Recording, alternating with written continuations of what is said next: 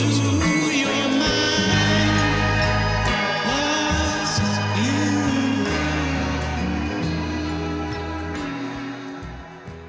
You mentioned that like a moment in time because yesterday, so I came out with this book. It was a picture book in, it was in the fall last year, and it was the first photography book I've ever done. All the others are just words, right? And you kind of imagine what that might have looked like, but this one, it was a photograph of something that wasn't super interesting all on its own. Okay. And it's stuff that I could find as I was walking around. I love to walk around old cities.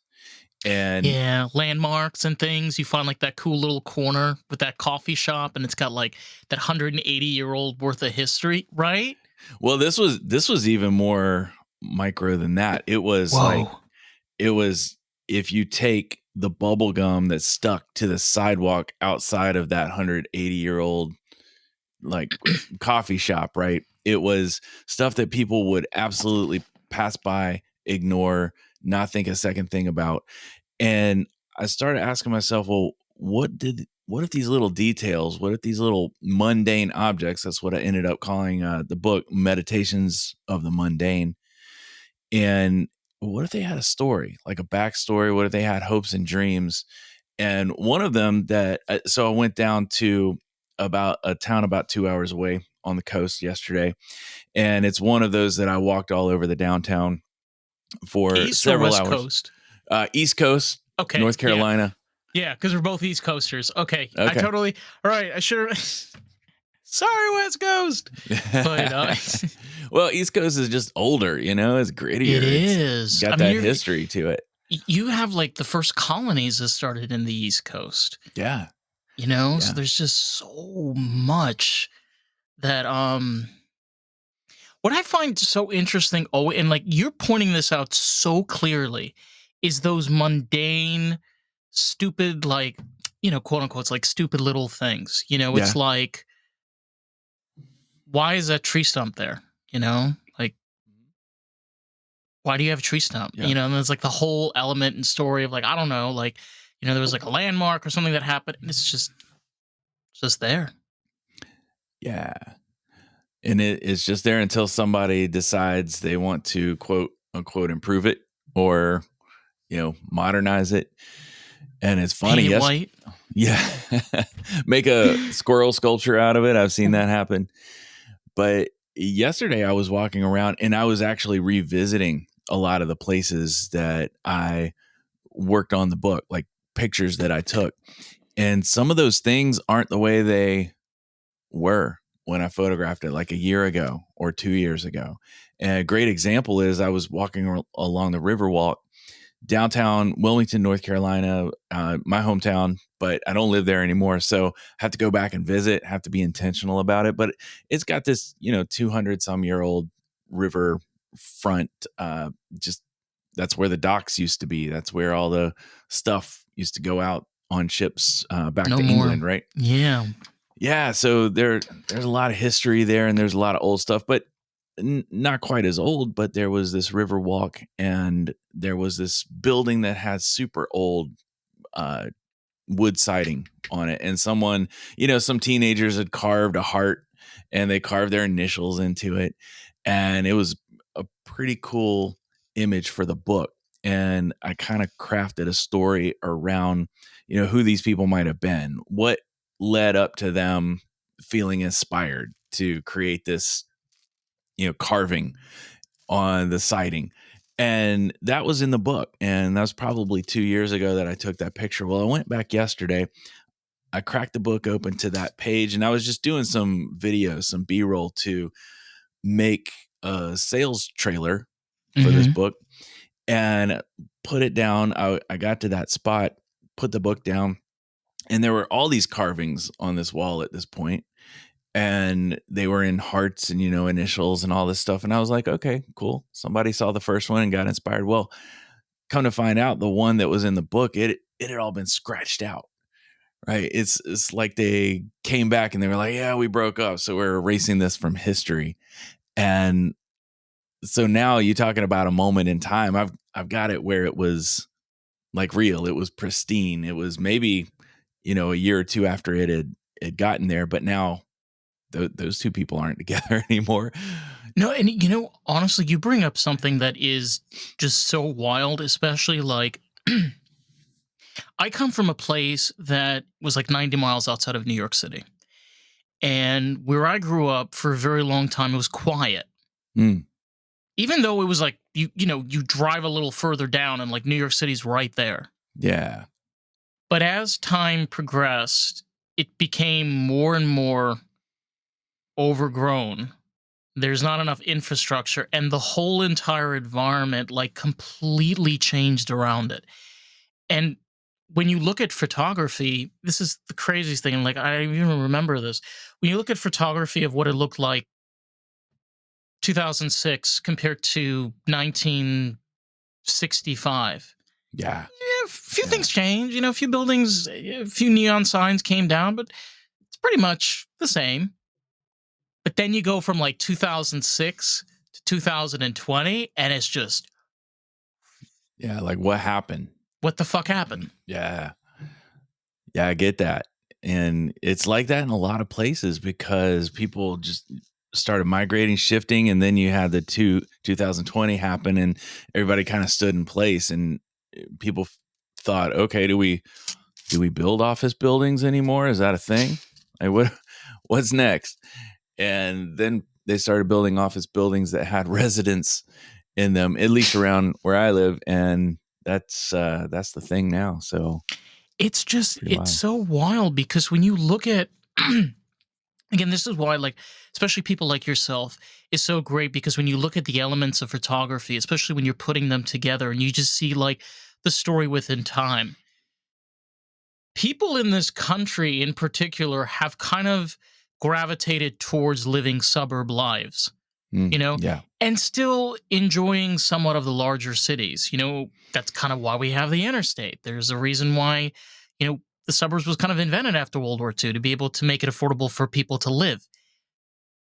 But that's not really a case anymore. And I mean, again, like you could be an amazing photographer, but like you go to those environments, you go to those urban development areas and you take those photographs, regardless of what you take, it looks like the takedown of human society replaced by global corruption, and the giant ass bill for the next 50 years. It's just like there's no artistic element you can add to something. Like, I don't know any other way of explaining it. No, you're right. I've got this one part so there was one section where I did just a really long walk on a greenway out in the suburbs. And a lot of the stuff was kind of based in nature, things you might see. For example, I was walking on the greenway one of the days and I looked down and there was just this kind of almost dried mud where you could tell it had been wet maybe the day before. And now if you stepped in it, it wouldn't get on your shoe, but your shoe would still leave an imprint. But I could clearly see in that little patch, and it was just right on the edge of the pavement, but I could see where a bike had gone through and left a really distinct impression. Oh, and then I could also see a footprint that someone had left a really distinct impression. I was like, man, that's really cool. That's a moment in time, but that'll be washed away the next time it rains, which is really cool. And so that was kind of the nature element of some of the things I saw. But then I would see these on the backside of neighborhoods because they don't put greenways. They usually put it kind of along the river where people, it's really the flood zone. Like if the river overflows, that's where it's going to come. So you can't build anything there. So if people are going to enjoy it, let's just pave a walking path. That seems cool. Yeah, they do the same thing here in Florida. It's very, very commonplace. I mean, pretty much any like lakefront, riverfront you go to, there's some form of a pathway. Or people usually they put I don't know what they do in Carolina, but they have it's like a barrier. So like they'll put like either like rocks or sand like at the very edge of their land, like before it hits the lake. Okay. Like so I don't own land. I don't own a house next to a lake. But I totally get what you're saying though. There's like those, it's just like that, like what the hell are we gonna do with this? Yeah, You know? well, there's also the element like these greenways kind of weave themselves through these suburban neighborhoods. Yeah. And one thing I noticed one time were these retaining walls, and they were made of these really large bricks, not bricks like you'd build a house with, but big bricks, kind of like cinder blocks, but they're made to be a little bougier looking than cinder blocks. So like a sandstone color. It's not like totally like white. Exactly. It was a sandstone color, and I just looked at it, and the sun was coming off of it just right, and I was like, man, this is kind of the perfect metaphor for suburbia, because they're all kind of the same, and they're all a little bit different because they've got pretty rough texture, and they're made to look kind of like a stone block wall, but they're all beige, like that sandstone color. And I was like, damn, if that's not the perfect analog for suburbia, I don't know what is, because it's like everything's kind of beige, everything's kind of the same, trying to be a little bit different, but it's all homogenized to be pretty boring. And welcome to suburbia. Yeah. I mean, have you watched the show Severance by any chance? No, I've talked about this on the. It's an amazing show that was made with Ben Stiller, and another director. But like, pretty much every single scene is pretty boring.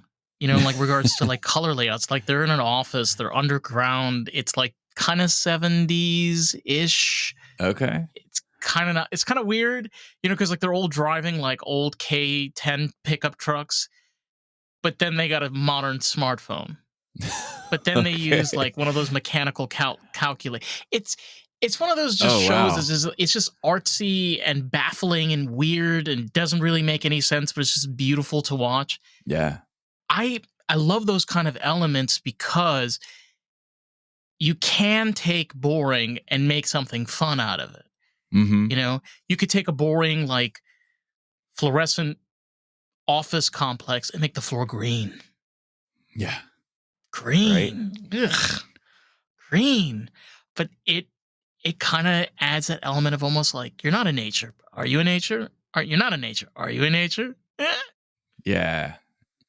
Exactly. It fucks with you. It does. It really does. No doubt.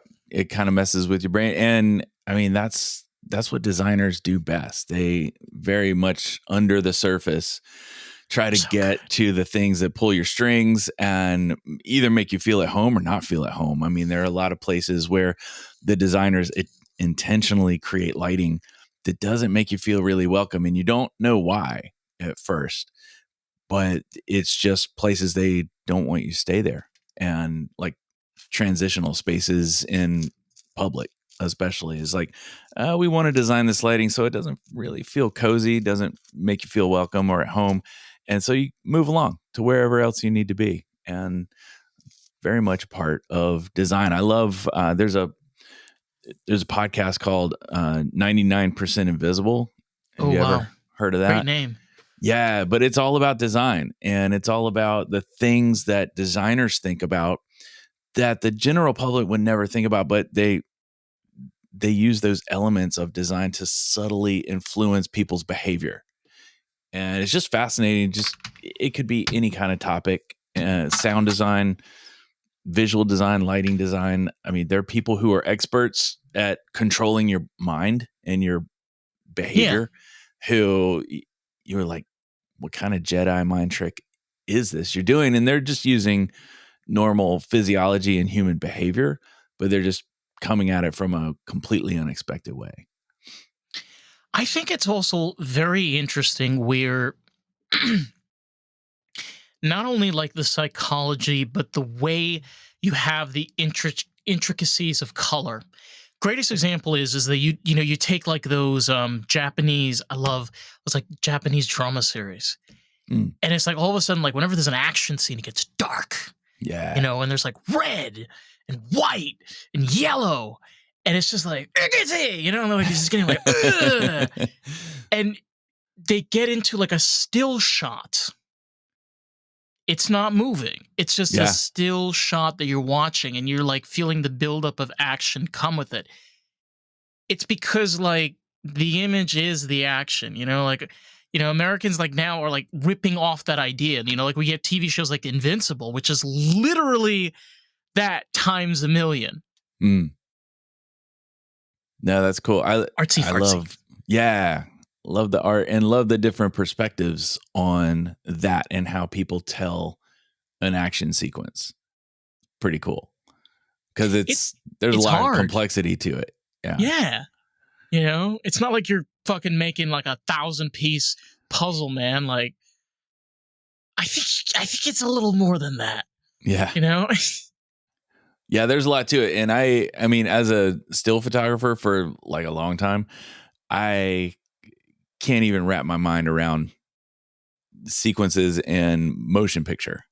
So I look at some of this stuff and I'm like, shit, how'd they do that? Like, or not how they do that. I can break down how they did it, but it's like how they come up with that, in the first place to put a sequence together in a way that tells a story. And really, I mean, that's what motion pictures are, is it's just really short clips of motion, and they put them together in such a way with the angles to bring you into the story. You start wide, you go in a little closer, and the next thing you know, you're at the end of someone's foot in an action sequence and the camera goes black, right? Because you're knocked out. So yeah, it's pretty awesome. There's just so many pieces that come together to be able to make it a reality. And I remember reading before, there was a director that made a film that had no dialogue. It was just animals, the entire film. Okay. And it's like, I don't know, an adventure with like a cat or something. If I found the name of it, I'll find it eventually. But that to me just screams, again, artsy fartsy. It's like, yeah, can we make a movie with no dialogue? And believe it or not, like, there are movies that have no dialogue for periods. Great example is Quentin Tarantino. The amount of times that man has just right. Yeah. But I again, like, I think what we're trying to get at is that photography and moving film and like the written word all kind of symbiotically works together as one. Yeah. A lot of times to make that storytelling a reality. Yeah. And it's funny, you reminded me of something my grandfather used to say. He came from the old days where you would get together with your neighbors, your family, the people in your community, and they didn't really even have radio in the beginning, right? So they certainly didn't have television yet. And you would bring a musical instrument, like if you had a fiddle, what they called them, or if you had a guitar, or if you had whatever you could bring, tambourine, who knows, harmonica. But he said, yeah, when we would get together, some people would be playing the music and then some people would be singing. And if you didn't sing really well, you made sure you played your instrument a little louder. And if you didn't know how to play your instrument really well, you would sing a little bit louder. And that's kind of what you're describing with some of these movies. Like if you're not great at dialogue and you don't have maybe the talent, the actors, that kind of thing, who can pull off the dialogue that you've created, well, then make those action sequences a little better, make the music a little louder, right? Make the visuals a little more impactful. But I'll never forget one of the coolest movies I ever saw. And I was young. I was like right in college, so it would have been cool anyway. But it was called Slackers. And not to be confused with Slacker, which is a completely different movie, as I came to understand. But Slackers was a very low budget film. I think it was made. The director went on to do a lot of really cool movies, but I think this was made like right after he got out of film school. Didn't have a whole lot of backing. Takes place in Austin, Texas, before Austin got bougie and liberal and Joe Rogan-y. Yeah, maybe it was still. Yeah, that could be true, but it was the gritty Austin from the early 90s, late 80s. Wow, West. It was so dialogue heavy. It's such a crazy film because the whole premise of the film is you never really follow any one of the characters for very long, because you'll follow a character until they meet another character, and they'll have this insane conversation that is so off the wall. You're like, how did they even think about this? And then what happens is the camera starts following the person they were talking to until they kind of wander into another interaction with someone else. And then the camera just follows that person along on their day or their journey or whatever's happening. And that was like, man, that's just huge. Just like the storytelling in that, I have never seen it really since, actually, that I can think of in that format. But it was really cool, really impactful, but super dialogue heavy. I mean, it had some decent visuals, but it relied more on the interaction between the characters and just the holy shit factor. Like that was crazy how they come up with that. It really is something special, because a lot of the times what you're seeing is, especially when you're dealing with writing, it's coming from somebody else's perspective. Somebody that either has that experience happen to them, or they've either are journalists and, they've traveled around and been able to gain that information. But when those pieces are applied, you end up with somebody that not only can articulate a really great story, but it magnifies. It reaches not only like the director and the producer and everybody that's on board on crew, but also the actors that are portraying these characters told in these words.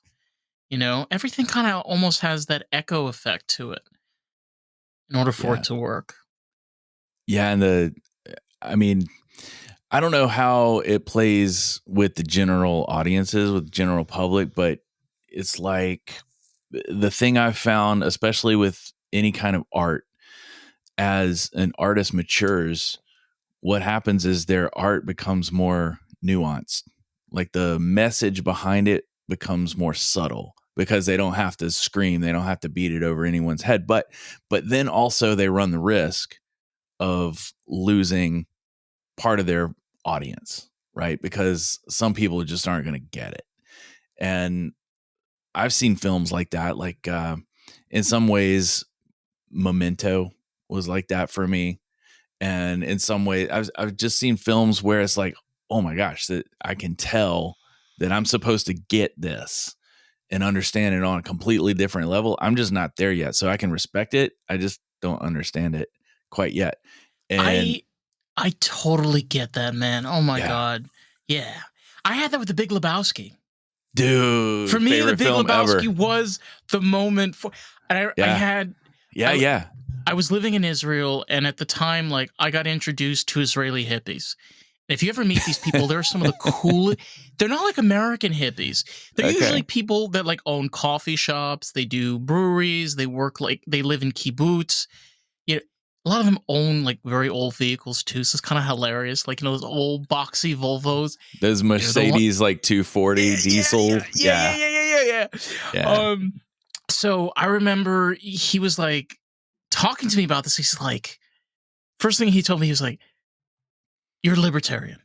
I said, "Excuse me?" And he's like, "You're a libertarian." And he's like, "I'm going to prove it to you." I said, "Okay." He's like, "I need you to watch The Big Lebowski." Oh, I'm like, all right. He's like, "You got to understand dudism." And I'm dead ass serious. Like, we went to a friend of his. We sat down on a couch. He rolled a fat ass joint, and there was like a bong on the table. We watched the movie through, and it was like 2:00 in the morning. And it made no sense, I bet. Not damn bit of sense. Yeah. Not at all. That's exactly my reaction too. Dude, yeah. I got the dude. I got a record vinyl of the dude right here on my wall. Love the dude. But yeah, like after about the third or fourth, you're like, oh, I see what this is about, man. And yeah, what a wandering story that was, right? And if you really think about the dude too much, the movie, the plot of it, you're like, yeah, like I see a lot of issues. But if you're just willing to be entertained, can't do better. Nope. I mean, listen, through and through, the man peed on his carpet. You know, that's the moral of the story. He The man peed peed on his on carpet, and the like dude's carpet. Yeah. somebody's got to be responsible to replace that shit. You know, It really held the room together. It really tied the room together. it Yeah, really that's what did tie the room yeah. together, like Really dead did. ass. You know, like the third time in, you're like, oh, I kind of understand why the man's pissed off. Like, I mean, besides the fact that like his car is a piece of shit, probably hasn't showered in days, Right. and he has a man that is divorced, but yet screams to the high heavens, "It's fucking Shabbos, Donnie. I don't drive on Shabbos." I'm That's like, right. Jesus, you know? But honestly, when you break it down in its simplest form, I had we're still friends. She's a photographer. And her interpretation of photography is that very essence of that. It's just a random, I don't know, like a picture of a building. Mhm. It's, you know, like we were talking about, like just the picture of a fence, you know, and you could kind of like picture that vibe. And then when you watch a movie or a film that has that kind of vibe, it's kind of those pieces come together. I think what we're not realizing is that before we had this, Yeah. that was our social media. It's just photography and just seeing and walking around and seeing cool shit. You know, we turned that into a phone that we carry with us everywhere. Yeah, which took the value down quite a bit because now there's so much. Now I have to ask you, like, this is a conspiracy talk. Let's Big get into Lebowski. it. Oh, I fucking love this shit. Let's go. No, okay, so Big Lebowski has got a lot of layers to it, and It first does. time you watch it, you're like, "That's what the hell was that about? I don't even understand." And then the third time you watch it, you're like, "Oh, okay, that's kind of genius. I see where it's going." I was the exact same way with Fight Club. You watch Fight Club, and the first time I watched Fight Club, I was pissed off. I got to the ending, I was like, What the fuck? I'm watching this shit the whole time, thinking that this. ending is just Yeah. Yeah, I was Why? mad. I was physically like, I want my money back. I wasted 2 hours of my life. But like the 12th time I watched it because I was like, okay, this has so many layers to it. Okay, so I've only the watched theory- it twice. the theory with Fight Club is that we know, okay, for anyone listening or watching, like this is going to be some spoiler shit right here. So Oh yeah, maybe like just turn it off if you've never seen it. If you're interested, spoiler maybe just alert. hit that fast forward for a second. Ding ding ding ding. But the whole theory of Fight Club is that Marla never existed. She was also a figment of the narrator's imagination, just like Tyler, right? Wasn't there a movie by Ron Howard that had kind of the same premise? Hold on. I think it came out in 2001. So not A long Beautiful after. Mind. A beautiful, yeah, exactly, yeah. So like it was all a part of their imagination. So back to Lebowski, there's this theory floating around that Donnie was imaginary as well, because if you take Donnie out of the Big Lebowski, Which has been done, by the way. There is a okay. on YouTube. I don't remember the exact thing, but I think if you put in, there is a way of watching like some parts of without Donnie. Yeah, and it's kind of fucked up. It's and like it's nothing changes. Right? nothing changes. It's just normal. You're like, Yeah. wait, what? Oh my god, Donnie was not there the whole scene, and I did not even notice. Yeah, so that's the theory people are floating, is like Donnie was a figment of either Walter or the dude's imagination, just sort of to be there, but didn't have any influence on anything that was going on in the story. So I just thought that was kind of fascinating, because when people start really digging into movies and scratching at, okay, what was going on in the writers' minds? And also, like, sometimes we create art and we're not thinking about it all that deep. Like it's all these other people who are putting it on it, putting all this depth to the art. And I can imagine, I mean, I've had it happen myself, not much because I don't have like a movie out, right?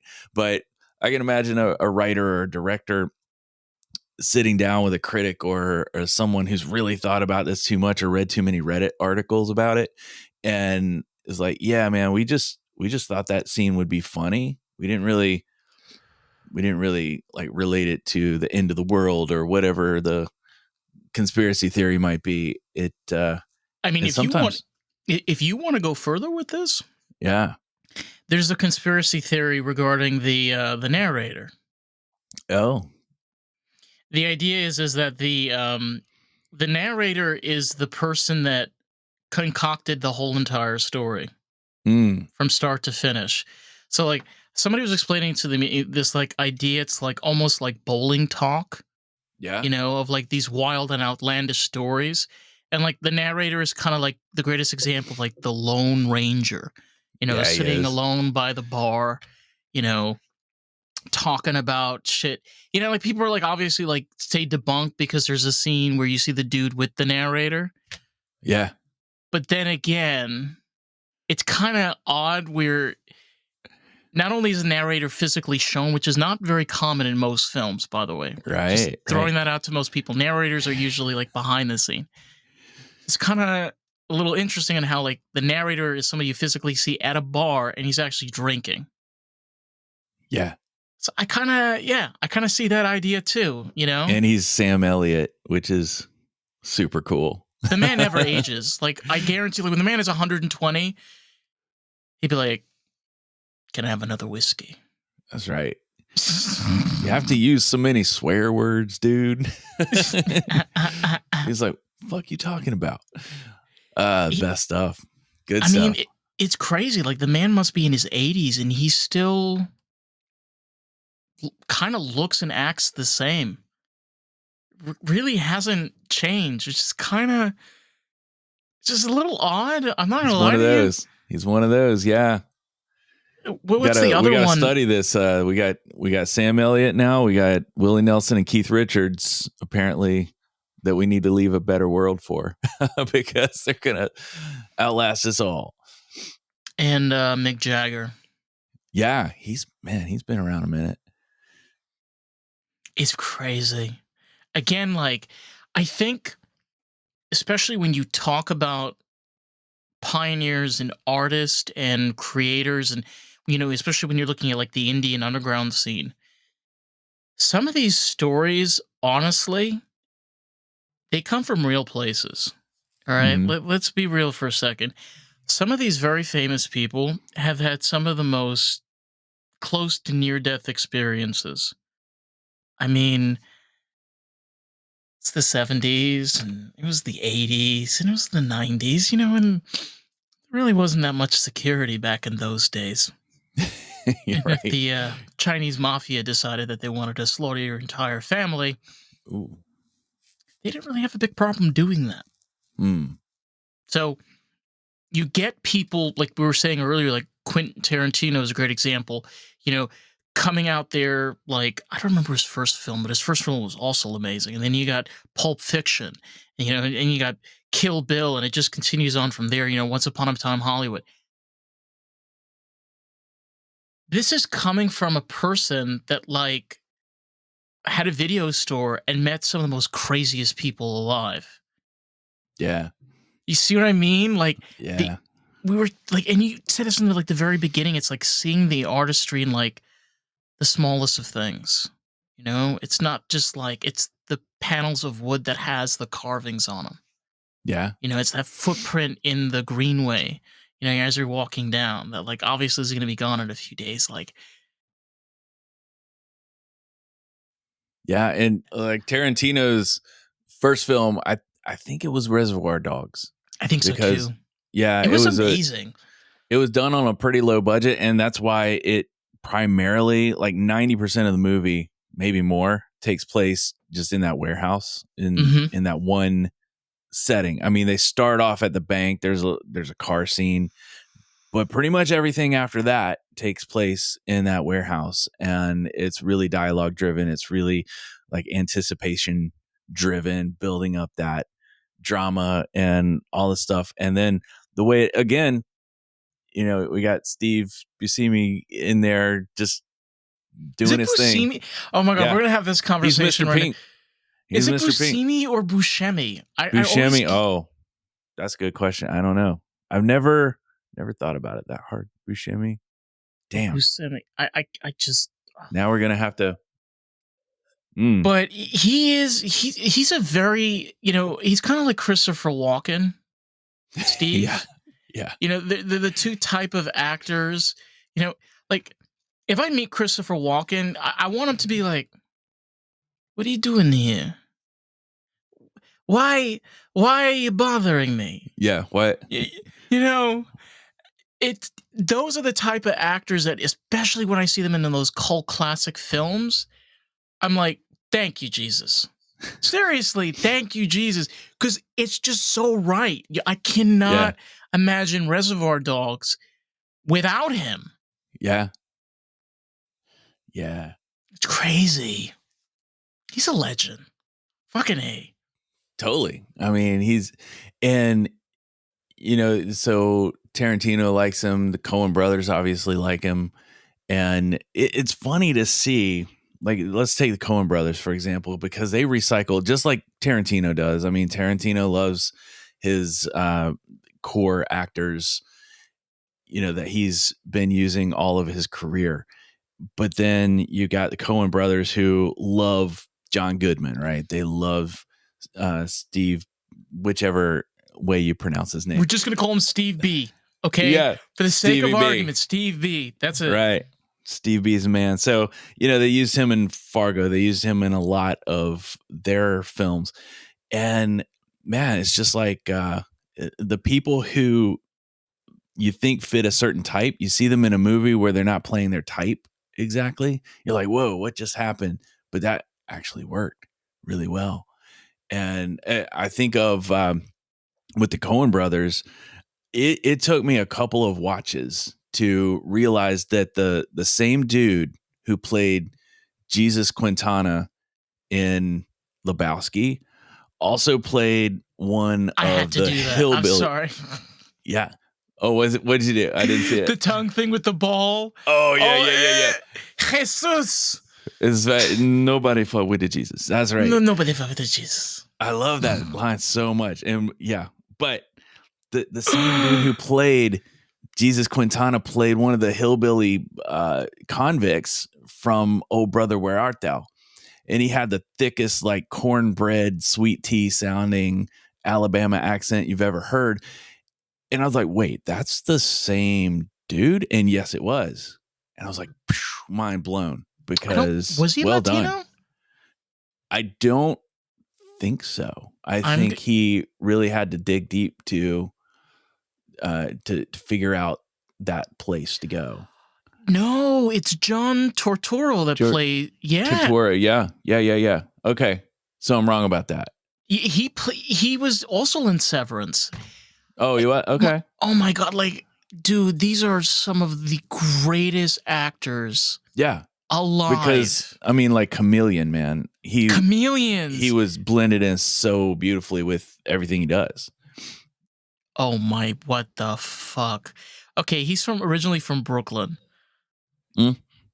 He's from oh my god, what is his back? He's Italian. He's Italian. That's what I thought. That's why I was like, I don't think he's, because I remember an interview with him saying like, yeah, he really had to figure out, well, I mean, both roles are crazy, wildly different, right? One he's playing Latino, one he's playing like this Alabama, like, I don't know, do they have mountains in Alabama? Like Alabama mountain man kind of stuff. But anyway, it was convincing. Like, it's almost like baffling because, it's almost where you have this actor that not only delivers. Okay, I'm going to be honest. You have those portrayals where they play in every single movie and they're kind of the same. Yeah, they do their shtick. And I respect Jim Carrey, but Jim Carrey is kind of the actor already. Like, I see him in a movie, I just think Ace Ventura, The Mask. It's just so baked in your head. Yeah. Tom Cruise is the same example too. Like, he's great in Mission Impossible, but he's the same in every single movie. Yeah, he's the confident, get it done, stoic kind of like, yeah, count on him, gonna deliver. Matt Damon, same deal. Now I'll tell you who. Oh, go ahead. But you don't have the same thing with John Turturro. You don't have the same thing with Steve Buscemi, like, or Steve B, sorry, or Christopher Walken. Like, they become chameleons in every single role that they play. And it's just, it is possible. It is possible for actors to play completely different characters for each movie and be completely different. And it completely works in your mind. Period. Yeah. And I gotta say, I gotta give a shout out to someone who I never thought I'd be like, wow, that dude's a great actor. And I didn't realize this until I saw one of his earliest movies. But there's few people who don't know the name Leonardo DiCaprio, right? And you expect what you're gonna get from Leo. like Titanic. Oh, Leo. Right? Yeah. So I never even watched Titanic, but I knew about, what he was supposed to be about, the heartthrob and all this stuff. And then he went on to make a bunch of other movies. But it wasn't until I saw this movie where he was just a kid. And it was this movie with Johnny Depp, believe it or not, called What's Eating Gilbert Grape? Grape. Oh. Dude, so Leonardo plays an autistic kid. And he's got all the tics. He's got all the everything. And I was watching that, not even enjoying the movie because the movie's kind of sad. The movie's kind of gets you pissed off pretty much for an hour and a half straight. It's heartbreaking. But, yeah, it really is. And but to see his performance and to see how he took that role at that young age, I was like, dude, he's obviously, whatever he does now, he's just doing what the director asked him to do, asked him to bring to it. I think he's worn. I think he's got the skills. I think he's worn. I think the same thing like applies with a lot of these artists. Like even with Johnny Depp, they're worn out. There's so much that you can pour out of them, and I mean, you take even on the creative side. Take creators like Peter Jackson. Okay. That man deserves a well-deserved break, okay? He was able to do something that no other director in human history has ever been able to do, to take the work of a writer that is no longer alive and meticulously figure out a way of bringing these movies to film. Okay, you want to agree that he kind of messed up with The Hobbit? I hear you, whatever. But I'm talking about, like, especially with, like, The Lord of the Rings. He stood very, very true to the story. That takes a lot of work, effort, creativity, collaboration, like really understanding what the writer was bringing to the table, especially when you're dealing with these languages that he created as well. Someone like that, I cannot imagine him spending his whole life making 500 movies or 300 movies. Like, if his career consists of 20 or 30, I think he's achieved the most incredible thing as being Peter Jackson. Yeah. Hands down. Do you think there is like a cap? Not a cap necessarily, but do you think everyone kind of like that stupid saying that people say, you only have a certain number of heartbeats in your life, right? And you may as well live it up. You think that's that way for creativity? You think like you dip into the well and the well's pretty full when you're young, and then maybe it dries up a little while, and then you get a little older, you get a little more wisdom, and you're like, let's go. You get a second win. But do you think if people just run too hard, kind of like you were mentioning with the actors, that the well dries up after a while and it's like you can't go back? I think it's all in your hands, honestly. And I think the greatest example, you want to talk about white privilege, but you got Betty White, which, I mean, she lived until, I think, 99. Yeah. Or almost 99. I think she passed away in 98. But her example of you can live a creative life throughout your life, even when you get older. Like, she did do TV performances because she wanted to do that, regardless of her age. She loved taking care of animals and took it upon herself to do more for that, even though she was older. You know, and I can hit even home even more, like, for example, with like even my own grandmother. My own grandmother is 87. My grandfather passed away a few months, like I think a month or two ago. But she is a very strong woman, where she was an aquatics director for many, many years. She likes to be a social person. People love her. People love being there for her. And she is a very creative and meticulous person in the very essence. So I think you're right. It does dry up as you get older. But I think as you get older, you can accept that and realize your limitations and still continue on. You know, if you want, like, the greatest example of that is take Jim Carrey and Cher. I think Jim Carrey is the greatest example of, like, he's in his 60s, he's successful, he doesn't give a fuck. No. He doesn't care. He's done. He's done. He's like, you want to interview me? Go ahead. Go ahead. I'll interview you. I'll tell you all the problems right now. And it's bananas. Like, the comment section is just insane. And it's like, this is an example of what happens to somebody that's like, you know what? I want to be creative, but screw you. Leave me alone. Like, I live my life. Let me be who I want to be and continue on with that. Like, I think there maybe are many ways, but I think that is the most successful way if you want to be an artist for the rest of your life. Yeah, and you bring up a good point that makes me think, okay, maybe there's not a finite amount of creativity, but there is a necessity to keep reinventing. Because like you said about Betty White, you got a person who had a really great career, and she played on TV. When she was young, she obviously had really different roles from when she hit Golden Girls. And then Golden Girls, you know, skyrocket success. And for a lot of people, that was their first experience, certainly for me, of who the heck is Betty White? She's this older lady who plays, you know, with these other older ladies, and they live in Florida and they're having a great time. But there's a whole generation before me that knew her as something completely different. She was before Lucille Ball. Yeah, this is the craziest part, is like Betty White was on television well before Lucille Ball. Wow. And I mean, interesting enough, like, Betty did talk about, like, her relationship with Lucille Ball, you know, but the hilarious part is, like, especially for people my age and older, you know, we remember Lucy more than we remember Betty. We remember Betty more of, like, you know, 80s and 90s.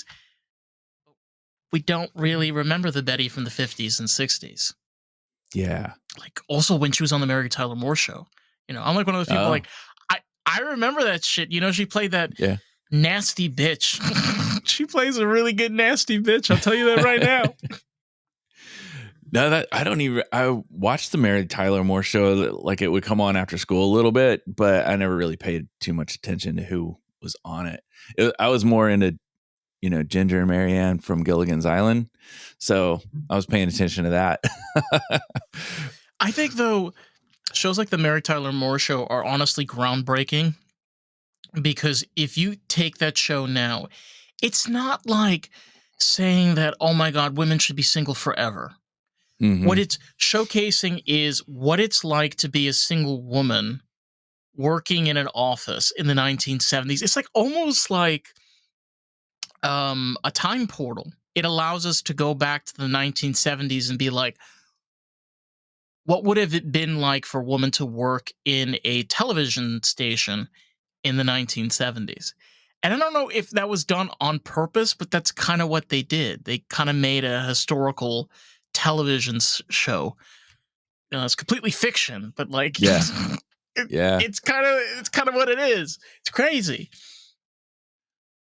Yeah, I love those shows from that era. Are a ton of fun. You think about all the crazy shows that were going on, like Laverne and Shirley. Happy Days. Laverne and Shirley. Oh my God. You got Mork and Mindy. I mean, how crazy is that? Or even crazier, you know, talk about brown breaking or brown.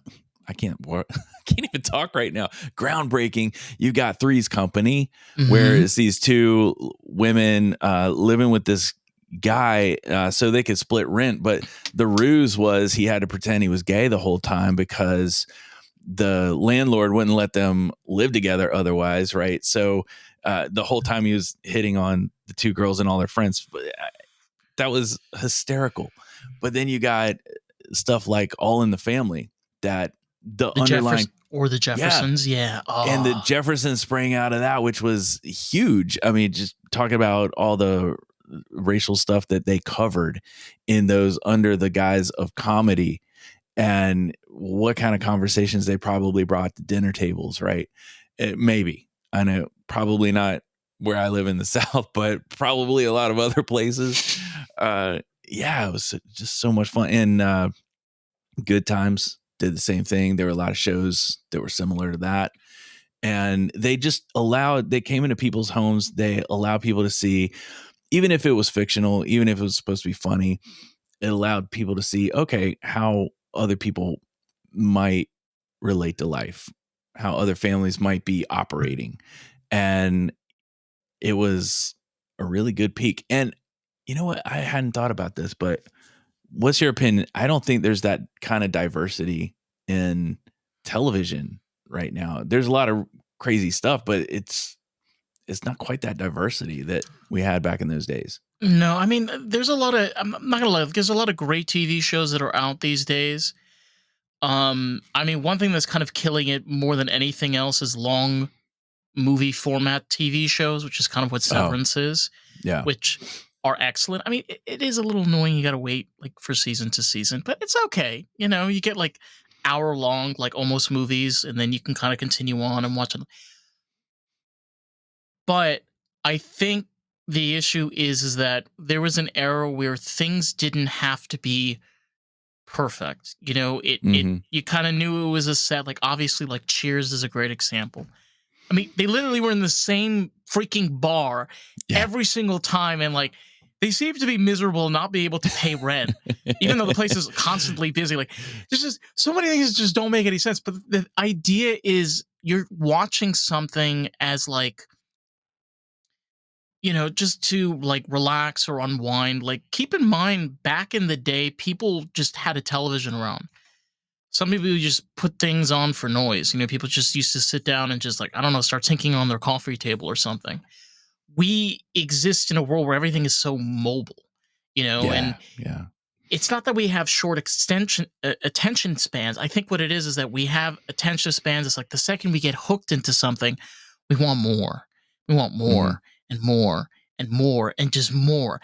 And again, that's, I kind of think where we're kind of headed is just that is our past. Our future is, you hope that like comedy has a better future, especially like with, you get here and there, but honestly, like it hasn't had a peak in a long ass time. Long time. I mean, there's sitcoms, but I'm gonna be honest, a lot of them are really bad. Like the last really good one was like The Big Bang Theory, and that was okay at towards the end. Yeah, I gotta say, man, I feel like, and I don't know what's real anymore in a lot of cases. Or what's AI? Well, not even that, but I mean, what's real in the public mood, because it felt like for a while there, a lot of writers or a lot of performers were afraid to perform certain things, especially comedians, because comedians are supposed to just hold up a mirror to society and like be like, you guys are ridiculous, you're whack. You're stupid. Then to be able to do that, you got canceled, right? So people were more afraid to take risks than they had been before. Who wants to get canceled, right? Who wants to have to go through all this because they said something back in 1995 that sounded a little off for today's, refined culture? It's really, I want to hit on this too, because what you're bringing up is so important. You have like people like Robert Downey Jr. that it was in a movie called Tropic Thunder. okay, where he clearly does blackface. And I didn't see that. you have now where he's a part of this whole like franchise and infrastructure of Disney and Marvel. Yeah.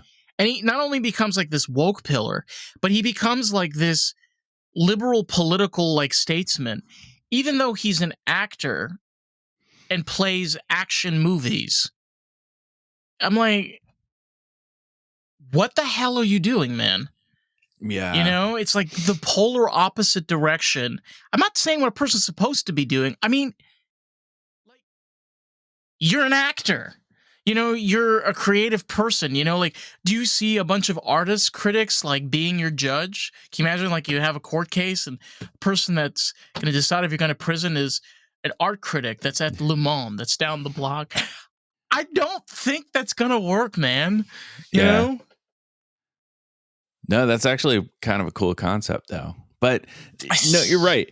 You're right. Like, so many people want to get their own personal validation from something external, right? And so for some people, that is a certain brand. Some people, that is a certain celebrity. Oh, I'm going to do whatever they do. But got to realize that people who are in that world, they're pretty insulated. And they're pretty insulated from the problems that you and I probably have in a lot of ways. Now they have their own set of problems that I would never want. You know, I like to be able to walk outside of my house and there's no one there with a camera. I mean, 100% of the time, no one's there with a camera, and I can rely on that. And I can walk down the street with my kids and I can 100% guarantee no one's going to be pointing a camera at me. But also all of the other things that come with that life is sometimes people in the general public kind of expect too much from those that they look up to. Like they expect the answers, and those people are just doing what they can do as well. Survive. They didn't go sit on a mountaintop and get wisdom just because they've been in a couple of successful movies. They probably have the luxury of sitting back and thinking about things when they're not in production, when they're not on a set, because when they're in production, it's brutal. It's just like one thing after another. And but retakes then they have and reshoots. Yeah. There's a lot of pieces. Then they have a couple months off. In those couple months, they're probably getting ready for the next thing. They're probably going on some insane workout routine, some insane diet. They're growing their hair, they're cutting their hair, whatever they have to do to be the next thing they have to be. But again, maybe there's some discipline to that the general public can get some information from, but that might not be who to vote for. That might not be who to, what kind of diet to follow, whatever it might be, because their goals are really different from a lot of other people's goals. They are. Yeah. It's something that I see keep coming up, and it's always been that way. I mean, that's why before the television media, it was the magazines, right? Whoever was on the cover of the magazine was the person that you looked up to. And then it became politicians until people realized that that's not the way to go. And then it became people in media, people on television, people in the movies. And we've seen how that's gone, man. I mean, everybody who grew up in the 80s loved the Cosby Show, right? And I don't know if you can talk about that too much anymore. It's like, oh yeah, he was such a role model. Okay, how'd that play out in real life? I mean, on television, it looked pretty cool, but in real life, didn't go so well. And the reality is this: when you're dealing with people like this, especially on such a high level, you're right. I mean, at the end of the day, they are human beings just like us. And I think what we are seeing now more than ever, and especially like I've been able to talk with filmmakers, and especially within the indie world, where you have independent filmmakers or directors or creative advisors and people that come together, even sometimes with famous people. I mean, I was talking about this in the other episode. There was a movie Substance that came up that had Demi Moore that was starred in the film. And it has nothing to do about celebrity status. It has to do where you have somebody that already has a creative mind and perspective. They have real life things that are going on, and they're able to interact with a story that works for them. That's pretty much what it is. In the end of the day, Yeah. it's like, these are not role models. These are artists. These are creative people that are just portraying and telling stories through and through. The same idea when you again, when you're looking at certain photography or when things are kind of changed, or you can't do that in real life. Like with your physical eyes, a person doesn't physically look like that. That's Yeah. all done with lenses and trickery of lights and imagery. We're dealing with things that are not supposed to be real. It's the same thing with movies. It's like, guys, movies don't have to be real. There could be racism in movies. Okay? Yeah. They can say faggot and tranny or dyke. I don't give a shit. It's a movie. Who It's a movie. cares? Yeah. Who cares? Like, is it And- real?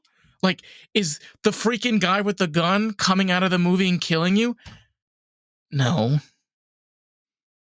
So let him say Yeah. motherfucker. What's the problem?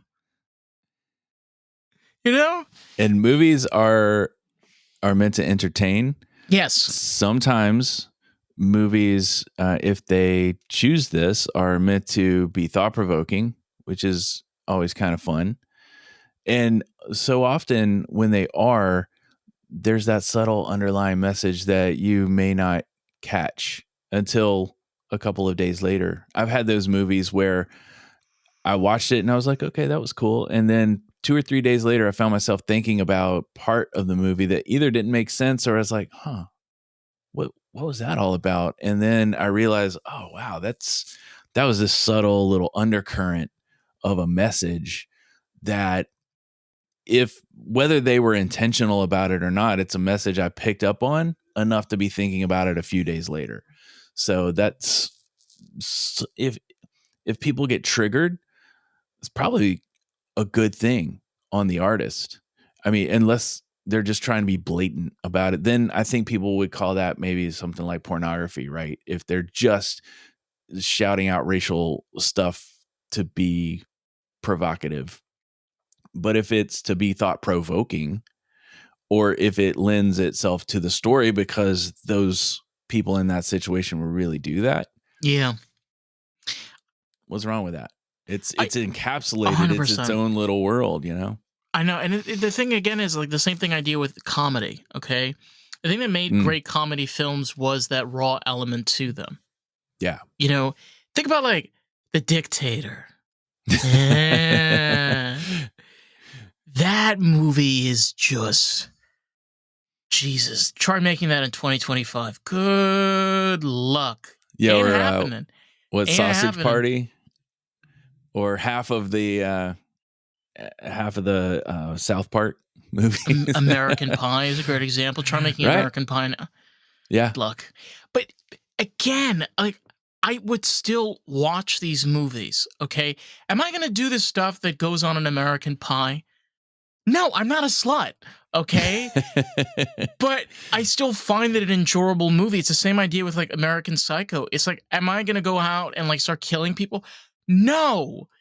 It's a movie like a psychological thriller, the same way like I like reading psychological thrillers. I think they're really great books. It gets you in that first person mindset of a psychopath. That's the idea. It's like you start reading the story, it's like, oh, very nice. And then I like slammed her with the sledgehammer. Whoa!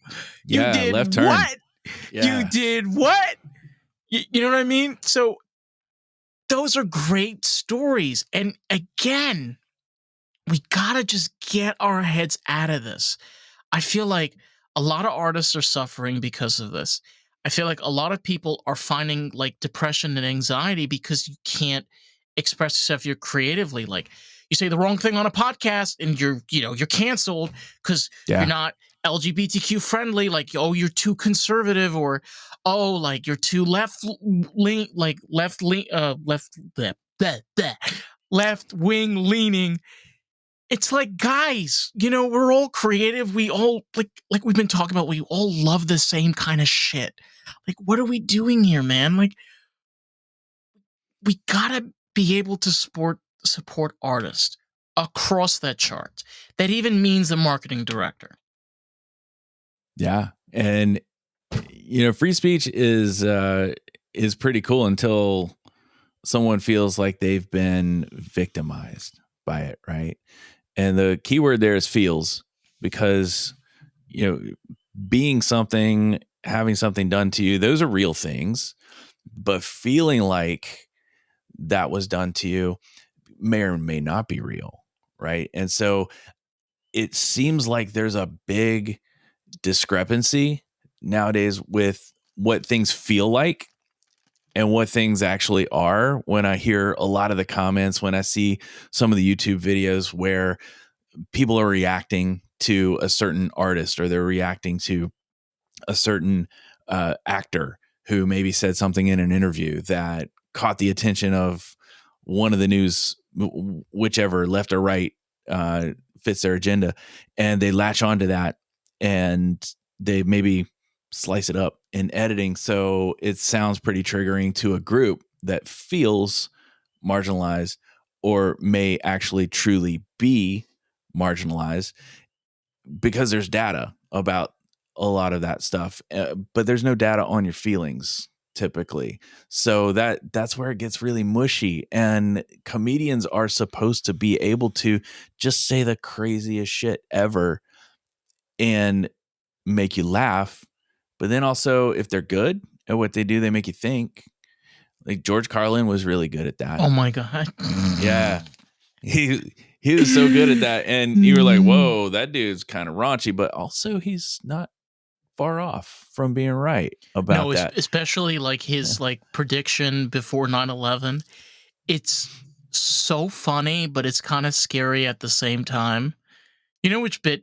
Do you know which bit I'm talking about? No, I don't. No. He was talking about if you're a white person, you can walk through security with a machete. I have to find the clip, but it was hilarious because he was like kind of making fun of security, where you like can walk in with like a razor blade, you know, you can make a bomb, and he's just like going on and explaining it. And again, like this is and everybody's like kind of like laughing, ha ha ha, this is like kind of funny. But then to see it again afterwards, you're like, damn, was he onto something? Yeah. Did he come from the future to tell us about things? I wish he was old. I mean, he was old when he passed away, but honestly, like, that man he had that moment, and it's so true. There are comedians where they just get to a moment, like great examples, like also Bert Kreischer. Fuck it. This is what I do. Yeah. You know? Like Bert Kreischer's obvious thing is like he doesn't wear a shirt on stage. Right. You know? Yeah. And the venue doesn't allow him not to wear a shirt. He's like, screw you, I'm not coming here. Like, like my whole thing is I take off my shirt. Yeah, you know, that's his deal. That's like his deal. Richard Pryor was like that too, back in the day, like way back in the day. I think it was like he had to say motherfucker, or I don't know. There was like a whole. There's like something he had to say, like some like nasty slur. But again, that is I feel like the true definition of artistry and comedy, and it's not supposed to be. I'm gonna say this again. It's not supposed to be real. Like people, like get out of your thick skin. Like, and people, it feels like a lot of people when I see the comments. Of course, those are the people who just didn't just think something. They had to go and express themselves, and that's okay. I think people expressing themselves is great. Tell us how you feel. We may or may not care. It may not relate to us. It might give us something to think about, but it's like people are trying to figure things out in real time. And that's how we all have to process, but maybe just don't say things until you've processed. You know what I mean? And I've seen processing happening in real time. You just mentioned 9/11, and I'll never forget. I talk about this when I'm teaching photography too, because I photograph people a lot.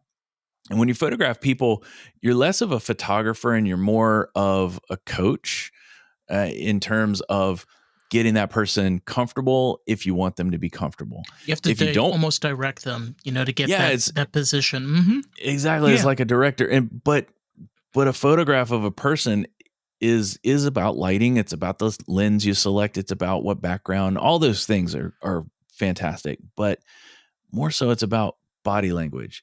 It's about connection with that person to the camera.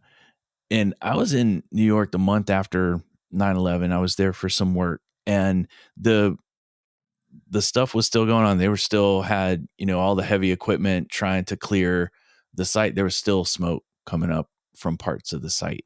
And there were all these barriers around, and there were these notes that people had written on them. And they had them, it was like chain link, but they had it covered so you couldn't really see, but you could kind of see over of what was going on the site.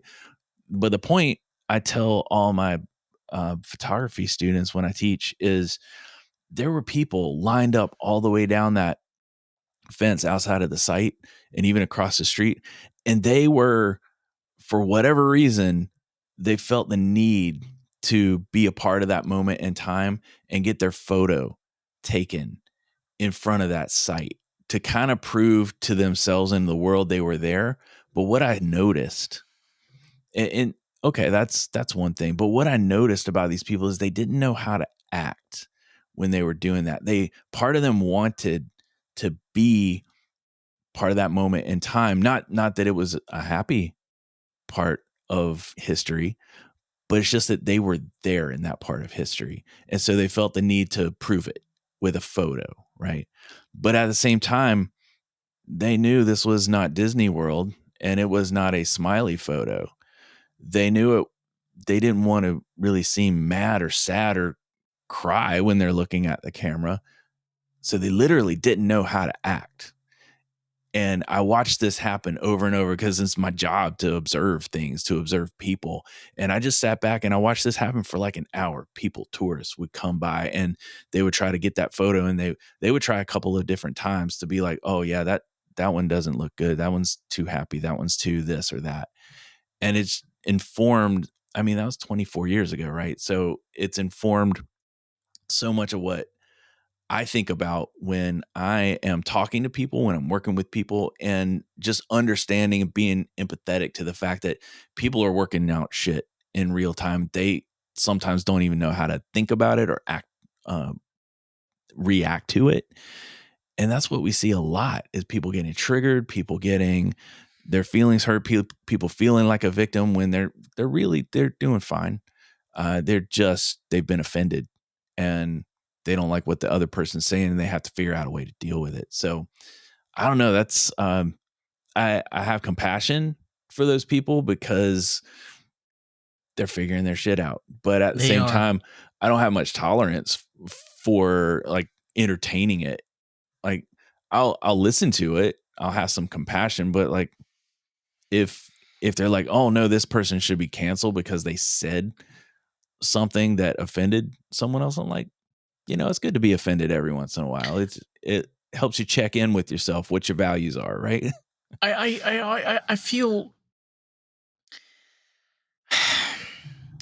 I feel you in a way that honestly, you take people like, even for example, like, we've been talking about people like this entire episode, like even like J.K. Rowling. Okay. Mm-hmm. Oh yeah. I consider myself a part of the LGBT community, and I don't find her to be transphobic or offensive in any shape or form. People can say, well, that's my personal opinion. I mean, the end of the day, she wrote some really great literature that I think most of us can agree we all like and enjoy. I spent my childhood reading her series and being very engulfed and like having conversations and like eventually like meeting people that are also interested. So that to me is her legacy, and I respect her as a writer for what she's done. And I think at the end of the day, it's like people are going to be people, regardless of all the shit that's going on. It's like if we figure out a way of like, oh, well, this artist can't make stuff because they've done this and this, it's like, just stop. Yeah. Just stop. You know what? Like, people are like, well, Quentin Tarantino can continue making his shit because he's been doing this for years. He can continue doing this shit because he's really good at it. Okay. Yeah. And people don't give a shit that there's nudity in his films and there's like blood and gore and like Lots of feet. lots So of many fucking feet. So many feet. Jesus. I can't.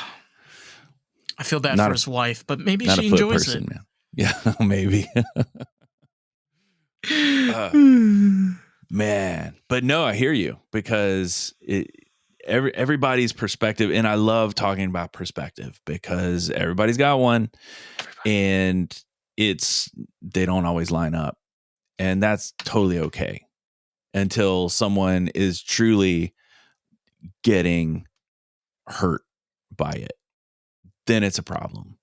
But I don't know how much more time you want to spend because I had some crazy stuff going on yesterday. We can, if you got time, we can keep going. Okay, dude. Okay. Total rabbit hole. But yesterday I went back down. I told you I went back down to Wilmington. I was doing some videos, some B-roll for this. North Carolina? Yeah, North Carolina. Okay. Yeah. Okay. So it's a port city. It's on the west side of town. It's got a river. It was very active a couple hundred years ago in the colonies, all that good stuff. But on the east side, it's got a beach. So it's popular for that. But I was on the downtown side where the river is. And I went there to visit this house. It's an old house. It was built in 1861, the year that the Civil War broke out. And being in Wilmington, the person who had the house, they had enslaved people working at the house. It's this huge mansion. It's 4 floors. It's got the huge columns. It's amazing looking. But to know that it was built by people who were enslaved is kind of like, wow, that seems like that's not objectively not a good thing, right? So this person had a daughter, and this daughter is what I was kind of interested in because I heard some things about her. She was born in 1852, before the Civil War. Well, she lived a long ass life. She died at 93, so she died in 1946. So she saw the Civil War. She saw the Civil War, World War I, and World War II. And World War II. Yeah. And so what happened was, and a lot of these coastal towns back in the 1800s, yellow fever was a big problem. And in around 1865, when the Civil War was wrapping up, there was a yellow fever outbreak in Wilmington. So the whole family had to move out to the country where there weren't as many mosquitoes and, with the water and stuff the way it was right there next to the river and the marshes. So they vacated the house, as did most of all the rich people in downtown. And then it was that same year that one of the forts fell, and basically the Union cleaned house, and the Union came into downtown, took over all the rich people's houses as their headquarters. And so these people essentially lost their property, and they lost the rights. The government took over their property. I'm saying all this to say that eventually the family got their property back. They had to write a letter to the government saying, okay, sure, we acknowledge the United States of America as the real government and blah, blah, blah. And they got their property back. And this lady lived in that house. She was the last person to ever live there. She never got married. And she lived in the house until 1946, when she died at age 93. And the thing I thought interesting, and the thing that weaves into this whole topic of perspective, is the fact that I heard a rumor, and I had to buy her biography or memoir to see if it corroborated this, because my brain. She had a memoir? It's like this thick. It's maybe 45 pages. And so it mostly, as I flip through it, because I just got it yesterday, it's mostly like maps of where the house started and how the city took over parts of the lot and all these things. So it's not really interesting. It's not a narrative as far as I can tell. It's got a lot of dates. But what someone told me that I really want to corroborate is, and I don't know why I want to corroborate it. It's just I'm fascinated, but they said that she never accepted the United States as a country. She would never allow a U.S. flag to be flown anywhere around her property. And I mean, we're talking, she died in 1946. This was after World War I and II, and the United States was, pretty established. solid at Yeah. that point. But to be 93 years old, having lived through, a government seizing all of your property and then getting all of that property back and enjoying the fruits of, I guess, the fruits of the labor of people who were oppressed because the next generation up, made some interesting, not so great decisions for those folks. But then to kind of harbor that for the next however many decades is something I've never really run up against in my brain. So I had to, I want to find out if that's real, because then I would just be like, whoa, that's a whole new perspective that I didn't know could exist. I'll put it that way. It's just it's so baffling, because when you look at our today's society compared to the Jim Crow era, and then you kind of forward back to like the 1860s when there was the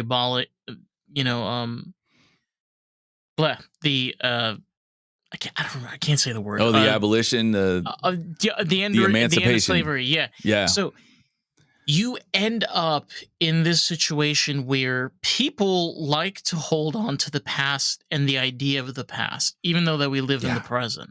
Yeah. It's this like idea of like, we can't make a comedy slave movie because that would be racist. Oh. I'm just like, and because Mel Brooks isn't probably up for it. He would be the guy. He would be the guy. I mean, if you got Chris Brown and Chris Rock, oh gosh, and J-Lo. Well, because he's Mel Brooks, he would start with the Jews in Egypt. He would start historically, I would think, because he would go that angle. He'd go the Egyptian pyramid angle, and then work up to the present. Steve B's got to be in there, okay? Yeah, that's true. Yeah, but no, that's a tongue in cheek. But you're right. Like, that would not be something that our current society, even me. I mean, I would be like, oh, okay, somebody will probably watch that movie. But I'm pretty picky with like what I put in my brain. And so I want to make sure it's either thought provoking or it really pisses me off, so that I can toy around with it in my brain and make sure that whatever comes out is going to be good for the people around me, the people, the ripple effect that's going to have in the world. But you're right. Like, a lot of people wouldn't be ready for that, but it could have happened in the 70s and 80s though. Like when you're talking about I mean, there was a lot of racially like suspicious stuff that was going around, the blaxploitation, all the Shaft and a lot of erotica. Like, there was tons. And again, like a lot of people, especially again, and I think we were touching on this earlier, is like when you mix this idea of like, you can only be conservative and you can only be liberal, you can't be in between and have like mixture of ideas. And this idea of where, if you're supposedly like more faithful or religious, quote unquote, you can't have this kind of erotica in films and movie. And I'm like, one of those kind of people is like, man, we're all adults, okay? I sometimes, like, if I'm watching a movie and there's like a burlesque scene going on, bring me those damn fat titties, okay? Like, and it's just the art of creativity and entertainment. That's just, the general way of sometimes being able to make those avant-garde films, or just being able to express yourself as an artist. I just feel like whenever we mix our just like religious beliefs and our like fucking political mindset and garbage into films, you end up like, I didn't even want to mention this. It's like Snow White and the Seven Dwarfs that recently came out. Like, that's what happens to movies if we take all of our shit and shove it on creators. Yeah. That's what happens. Okay. I'll be honest. I think like if we don't veer off into the other direction, which again, I feel like the independent film industry is right now doing a lot better than the mainstream, people are just not going to be interested. You know, you're just making, especially even kids, like, come on, man. Like, we both know, like, growing up as a kid, being able to, like, find those movies that, like, inspired you and, like, you connected with, and you're like, holy shit. Imagine the poor kids now. Like, look at the garbage that they have Seeing this available. Like, same Marvel movie over and over again with different scenarios, right? Yeah. There's only so much of that I can take. right? And I'll be honest with you, like, you talk to these kids seriously, like, I guarantee you they feel the same way that we do. Okay? Like, they have to, all right? They're like so engulfed in technology and like have so much at their fingertips. Why on earth would they be interested in being entertained by like the bullshit they hear their parents watching or dealing Yeah. with? They're like this sucks, man. Yeah. You know, like we need another Big Lebowski. Like, and again, it's like kind of where like dude culture came from in the 90s. That's kind of where a lot of those films came from. Like, they're not supposed to make sense. They're just supposed to be fun. It's just They don't fun. Yeah, they don't get all wrapped up at the end like you would hope for. Some of them do, but yeah. I miss that shit, man. I like there has been some hits. Like I was talking earlier, like Burt Kreischer did come out with that comedy film last year, which was that was good. I gotta check that. I haven't seen it. It was so good. It brings you back. Like that movie was only made because Burt Kreischer decided to make it. We need that, man. We really do. Yeah. We need that creativity back. And like I think especially you is a great example of this. It's like it does exist. We are real. We're out there. You could find us, you know? You could find us. We got websites, we got social media. Like it's just I feel like it's a slow progress. Like eventually it's gonna start picking up where the underground is gonna become the mainstream. Mm-hmm. There's going to be that 180-degree flip. When that's going to happen, I don't know, but I feel that we just have to be prepared that is the direction that we're going. It's because people want truth, they want honesty, they want real creativity, they want real photography, they want real writing, they want real stories. They want real fucking movies where actors are okay with doing blackface, even if they're Steve B. Okay? Hands down. Well, that's interesting. I think it's going to get even more accelerated pretty soon because people are going to, especially, well, I don't know if kids will, because kids won't know the difference. Like you and I, we grew up on a lot of that real stuff, and you don't know what's real anymore with all the AI stuff. You don't know what video clip's real. You don't know what news clip is real. You don't know. It's almost all going to be viewed suspiciously by those of us who knew the difference long ago. But also we recognize that this stuff's getting good enough to fool us. So, okay, do we move forward in our history and our lives just knowing that everything could be completely the Matrix and just being pulled over our eyes, right? Or whereas like my kids, that's how they're growing up. And so it is real to them. Because it's the only thing they've ever known. But everything's so damn polished now. It's like getting back to making something gritty or bringing something gritty that really reflects human nature back to people is at some point going to be welcomed and probably demanded because it's going to be rewarded. I think maybe not by the mainstream, because the mainstream doesn't tend to reward, people holding a mirror up to them, right? But the people who want to keep it real, those are the folks who are going to start demanding, hey, we want to know this is real. We want to know that this was written by a person with actual experiences and emotions and things that I could maybe relate to.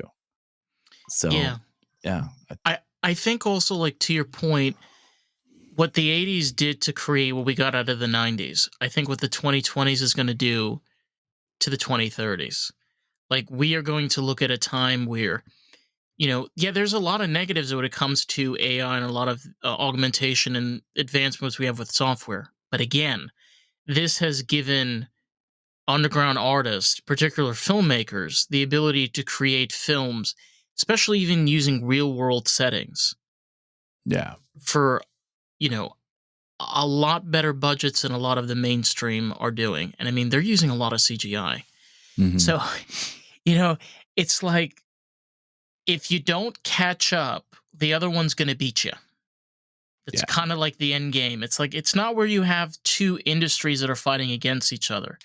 You have two different engines, right? I like that. Engines that are both helping operate two different types of applications.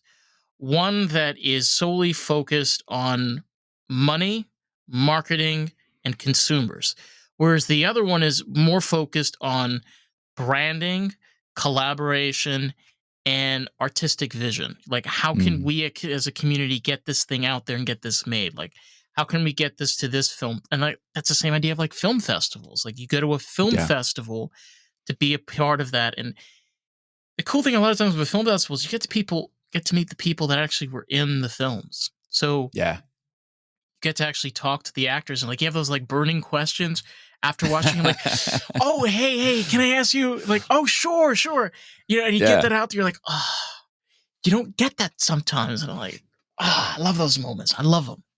They're Yeah. amazing. No, it's times are changing, but that's cool. Times are always a changing. Great Bob And Dylan song. that's a great thing about time. It just keeps floating on. If you're here to be part of it, then cool. Just saddle up, right? Just get ready because it can change for the better for a lot of people, and that's not going to be better for a certain group of people. It's never going to be different. So just get in where you fit in, right? Find your niche. Yeah. Find your jive. Wanted to use that for a while. Okay. I like it. I like it, man. That's cool. This has been fun talk. It has been, man.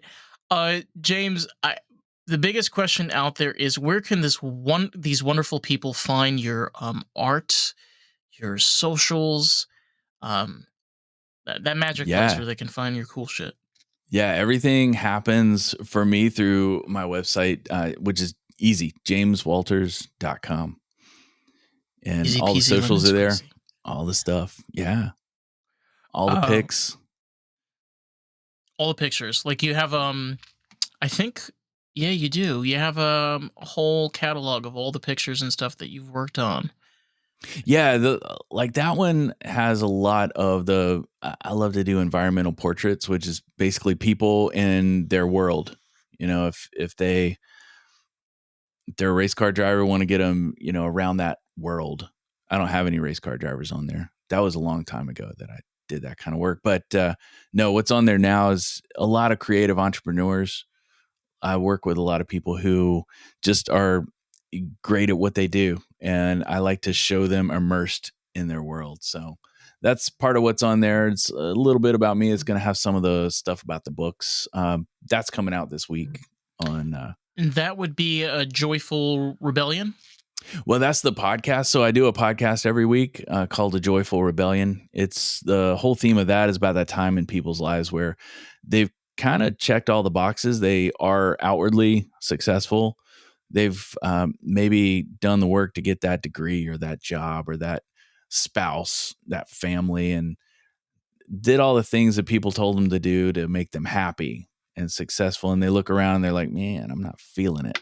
Right. And so the joyful rebellion part is where they have to figure out, okay, what's next? What am I going to do to live a life that I love, to feel like I'm writing the script to my own movie, like to put it in what we've been talking about here. So I like to talk to people who have been through that process. And I talk to a lot of people who, now that they've been through that process, they help other people through that process too. And that's been really fascinating, having all those conversations and every week just talking to somebody about a completely different topic. I think that's amazing. And again, like that's kind of the joy, especially when it comes to podcasting, right? You get Yeah, to interact with different stories, different people from different places, and it can just go on and on and on. And it's just, especially when you're a photographer, you can kind of almost like picture yourself in that setting, like where they totally. are or like what's Yeah. going on. And I think it's incredible. It's amazing. That's the Uh, cool thing about it. Yeah. you said you had a book though that was coming out. What is the name of the new book that's coming out? Yeah, it's called Meditations of the Mundane, and it's a black and white coffee table size book. So it's a pretty large book, black and white photos. Every photo has a complimentary story on the other page that's written Ooh. from the perspective of whatever object it is that's in that image. It could be simple as a hair tie, like you hold a ponytail with, or Yeah, I see that. Or a dishwasher. yeah, Yeah, yeah, yeah. Oh wow. Or like a porta potty. That is yeah. I like They that. Those porta potties are judgy because they're out in the suburbs and they get to see all the soccer moms all day long and how they raise their kids. So they're pretty judgy porta potties. I mean, and also like especially like with that brickwork, like the brick and then you have the rocks, the Yeah. Oh separation. yeah. Yeah. Damn man, like wow. Okay, this That is brick was that brick was pissed because it was like it was a sidewalk. It was made around the 40s. And of course, all these stories I made up, they're from my imagination, right? But they're from the perspective of that thing. So I got to use a lot of different perspectives in the writing of the book. And that was a blast. So that was a creative part for me. Not so much the pictures, but the writing for sure. You need I'm not saying obviously like you need, but I'm just like throwing this idea out there. Like I don't know if you've ever done this before. Like the opportunity to like go to one of those rural places where the person has like tons of old cars on the lot Oh, yeah. and just start like taking pictures and stuff. Like dude, I'm like going through this intro and there's just like insane picture after insane. Like there's one of like this abandoned like sandwich shop. Oh It's yeah, that one's fun. And that's one of those places, it's not there anymore. Like it was a moment in time, but it's not there anymore. So it's cool. And it's this glossy bougie, like I think it's a ramen shop now. So uh, yeah, back and I love them with some ramen, but I know, but still. that sandwich shop, like I could just imagine Italian being like, "What do you want? You want some Right. gabagool? Put some gabagool. Put a little mozzarella. Put a little balsamic." Yeah. Yeah. That's good times. And yeah, in some ways it's a history book almost as much as It it is. is just a bunch of short stories put together. I mean, like I think the short stories add that extra oomph and element to it as well. It allows you to like almost get immersed in the picture, Yeah. for like a brief moment. And again, man, like this is what we're talking about the whole time. Like when you mix artistry, especially like when you have podcasting, in your case, like you're even creating like with this book, like this almost noir Mm. memoir to Hmm. each, like, right? It's like almost like a noir Yeah. memoir to each picture. This is coming from a creative mind and lens. Like it's not supposed to be like, oh my god, like what is James like deep like behind the scenes? Like what is he trying to get at? Like, no man, like Yeah. James is just giving you really cool pictures with a little cool little fictional story to go with it. Like that's it. And I was trying to be really careful about that because there are a lot of the stories that are completely different from how I think about the world and how I interact with the world. And that was 100%. just Yeah. what that's what that thing was about. It wasn't about me. So, and there are some things that line up more with what I'm about, but that's just because when I looked at that object, I was like, okay, maybe this is weird like me. And we went with it. And that's okay. Honestly, that's okay. Like I think again, James, I'll be honest, like you are create like freaking fantastic as an artist. And like on top of that, being able to like bring all of these elements together and like be able to make a book and be able to do a podcast and all the things, like it's really incredible. And again, like Thanks, I man. I try to say this every single podcast. You don't need to be freaking like Beyonce or I No. don't like Theo Vaughn or what. I don't give a shit. Like you just got to be you, you know? And that's what shines through. Like, that's what people resonate with the most is you be the best artist for yourself, not for anybody else. Yeah. And that is really difficult. And it's not you don't easy. get as many applause. No. But the ones you do are real and they're not just jumping on the bandwagon. So they want to hear what you got next. Saying that. They want to learn, you know, like we were talking before, like get into the rabbit hole. Like people, when you finish this episode, you want to get into James Walters, bleh, my brain is fucking fried right now. You want to get into a rabbit hole, you could like check out and I'm sure like go through the podcast as well. But like, again, you got to be able to start your own journey. And where are you going to start it? Where are you going to start? Yeah, just start right where you are. And that was the hardest thing for me to figure out is I'm one of those over researchers. So I'll research something, but man, just getting started. And I talk about that so much on the podcast now that I've realized it and embraced it. And if I'm starting something new, I'll just start and then fumble my way through it and figure it out. It's a joyful rebellion. Yeah, man. Very much. Very much. Hey, thank you for letting me throw that in there. But again, James, it's been an absolute pleasure to have you on. To anybody out there that wants to check out more of the podcast, you can find us at Lost in the Groove Pod everywhere and anywhere. So with that, catch you on the next one. Peace out.